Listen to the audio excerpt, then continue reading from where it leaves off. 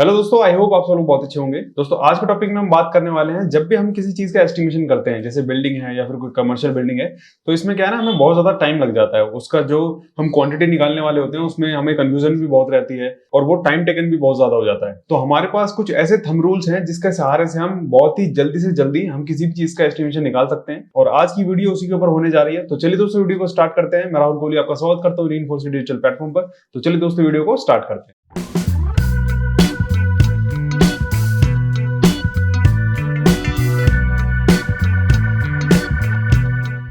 तो दोस्तों आप स्क्रीन पर देख पा रहे होंगे कि जो हमारा सबसे पहला थंब रूल है वो आपका कंक्रीट के ऊपर है। आप यहाँ पर देख सकते हैं कि पर स्क्वायर फीट एरिया में यहाँ पर 0.038 मीटर क्यूब के आसपास हमारा कंक्रीट लग जाता है। एग्जांपल के तौर पे अगर कोई प्लेन एरिया लेते हैं 40 फीट बाय 20 फीट का, तो ये हमारा 800 स्क्वायर फीट हो जाता है। अब इसी 800 स्क्वायर फीट में हम क्या करेंगे, जो हमारा थंब रूल के अकॉर्डिंग यहाँ पर वैल्यू दी हुई है 0.038 मीटर क्यूब, इसको हम इनटू कर देंगे तो यहाँ पर हमारा 30.4 क्यूबिक मीटर के आसपास हमारा कंक्रीट यहाँ पर निकल कर आएगा। ठीक है, तो ये एक थंब रूल है जिसके सहारे से आप किसी भी चीज का कंक्रीटिंग निकाल सकते हैं। तो ये एक एग्जाम्पल था, और यहाँ पर आप पर स्क्वायर फीट एरिया के हिसाब से 0.038 मीटर क्यूब कंक्रीट लग जाता है पर स्क्वायर फीट एरिया के लिए। ठीक, इसके बाद हम चलते हैं, ये हमारा कंक्रीट के लिए थंब रूल हो गया। इसके बाद हम बात करते हैं स्टील की, जो सबसे ज्यादा यूज होने वाली चीज है।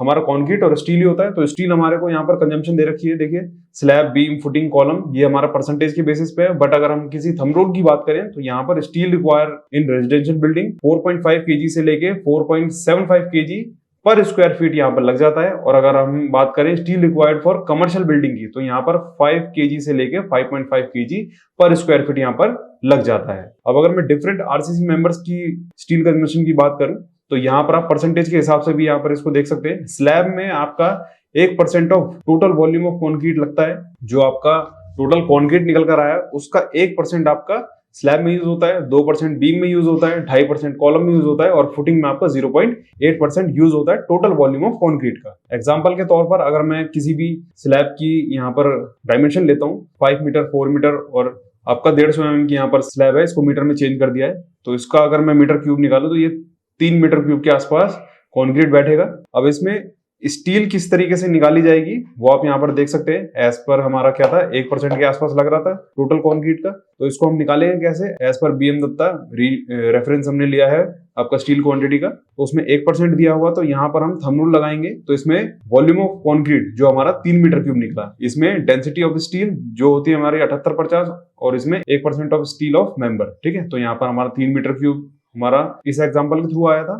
फिर हमारा जो डेंसिटी ऑफ स्टील है 7850 वो आ गया, और 1% हमने हमारा स्टील मेंबर के हिसाब से ले लिया, तो यहाँ पर 235 kg के आसपास हमारा कंजम्पशन हो जाएगा। ठीक है, तो ये हमारा कंक्रीट भी हो गया, स्टील भी हो गया, और जो जो रेट मार्केट में चल रहे हो सिर्फ आपको क्या करना है, आपको सिर्फ इनटू कर देना। जैसे कि यहाँ पर 30 क्यूबिक मीटर के लिए जो भी कंक्रीट यूज हो रही होगी उसका रेट यहाँ पर लगा सकते हैं। और ऐसे ही जो स्टील की वैल्यू चल रही होगी, जैसे स्टील की वैल्यू मेट्रिक टन के हिसाब से चल रही है, तो आप मेट्रिक टन के हिसाब से ले सकते हैं। केजी के हिसाब से अगर आप लेना चाह रहे हो तो केजी के हिसाब से यहाँ पर आ जाएगा। जो भी पर केजी रेट चल रहा हो, 80 का, 85 का, 82 का, तो आप उससे इसको इंटू कर सकते हैं और डायरेक्ट आप रेट निकाल सकते हैं। ठीक है, अब आते हैं दोस्तों शटरिंग पे। शटरिंग की क्या कॉस्ट है। शटरिंग की अगर मैं बात करूं तो शटरिंग आपका 15 से 18% के आसपास यूज हो जाता है आपका टोटल कंस्ट्रक्शन ऑफ बिल्डिंग का। ठीक है, इसी को अगर हम दूसरी तरीके से देखें तो ये हमारा थंब रूल क्या कहता है, estimation the shuttering required is 6 time the quantity of concrete और 2.4 टाइम ऑफ प्लिंथ एरिया।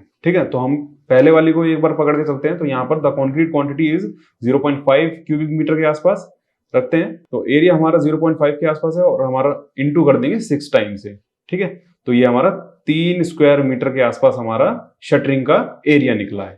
ठीक, अब अगर मैं बात करूं शटरिंग में यूज होने वाली चीजों की, जैसे कि आपका प्लाई है, बैटन है, नेल्स है, और भी बहुत सारे कंपोनेंट होते हैं, तो उसको अगर हम निकालना चाहें तो किस तरीके से निकाल सकते हैं। जैसे प्लाई का साइज हमारा कितना होता है, ये आपका प्लाई का साइज यहाँ पर दे रखा है 2.44 मीटर इंटू 1.22 मीटर, और ये हमारा जो 12 mm की थिकनेस होती है उसको हमने यहाँ पर मीटर में चेंज करके लिख दिया है।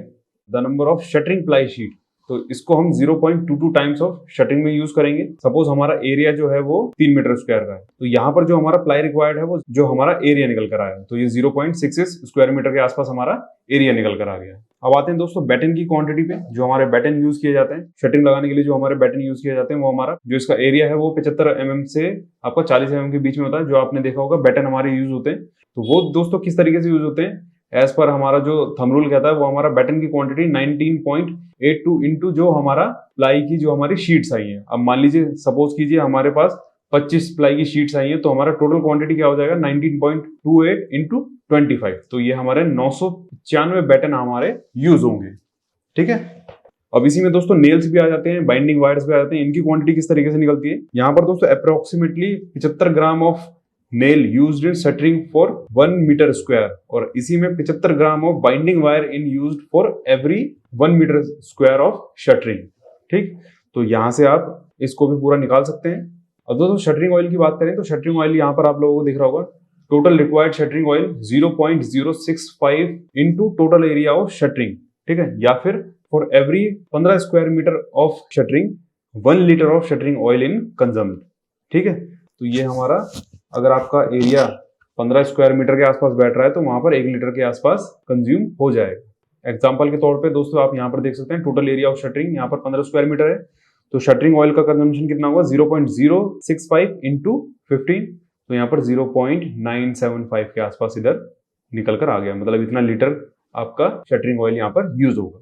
अब आते हैं दोस्तों सीमेंट बैग पे। सीमेंट हमारा कितना खर्च होगा जब भी हम कोई भी ब्रिक वर्क करते हैं, और एक थंब रूल तो आप सब लोगों को पता ही होगा कि 1 मीटर क्यूब में हमारा 500 ब्रिक्स लग जाती है, तो ये तो हर किसी को पता ही है। अब इसके बाद जब हम ब्रिक मशीनरी करते हैं, सीमेंट का मशीनरी करते हैं या फिर प्लास्टर वर्क करते हैं, तो उसमें कितना कितना हमारा कंजम्पशन हो जाता है। तो यहाँ पर आप brick work of 1 cubic metre cement quantity in cubic metre cement quantity in bag. ठीक है, बैग्स में पता चल जाएगा और क्यूबिक मीटर में भी पता चल जाएगा। तो ये जो हमारा 230 mm की जो ब्रिक वर्क होता है, जो कि हमारा 9 इंची की वॉल होती है, और 115 mm की हमारा 4.5 इंची की वॉल होती है, तो इसको कंजम्पशन करने में हमारा कितना 25.5 बैग खर्च हो जाएंगे, और हमारा जो 4.5 इंची की वॉल होती है उसको 1 मीटर क्यूब बनाने में 6.32 बैग्स यहाँ पर कंजम्पशन हो जाएगा। ठीक है, अगर मीटर क्यूब की बात करें तो मीटर क्यूब भी आप यहाँ पे देख सकते हैं।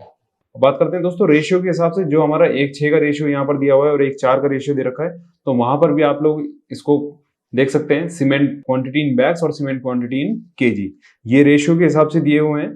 ठीक है, तो आप इसको एक बार स्क्रीन को रोक कर एक बार यहाँ पर सारी चीज पढ़ सकते हैं। जो अगर हमारा सीमेंट मशीनरी है तो वहां पर क्या क्या खर्च होगा वो आप यहाँ पर देख सकते हैं। लास्ट हमारा टॉपिक बचता है प्लास्टर।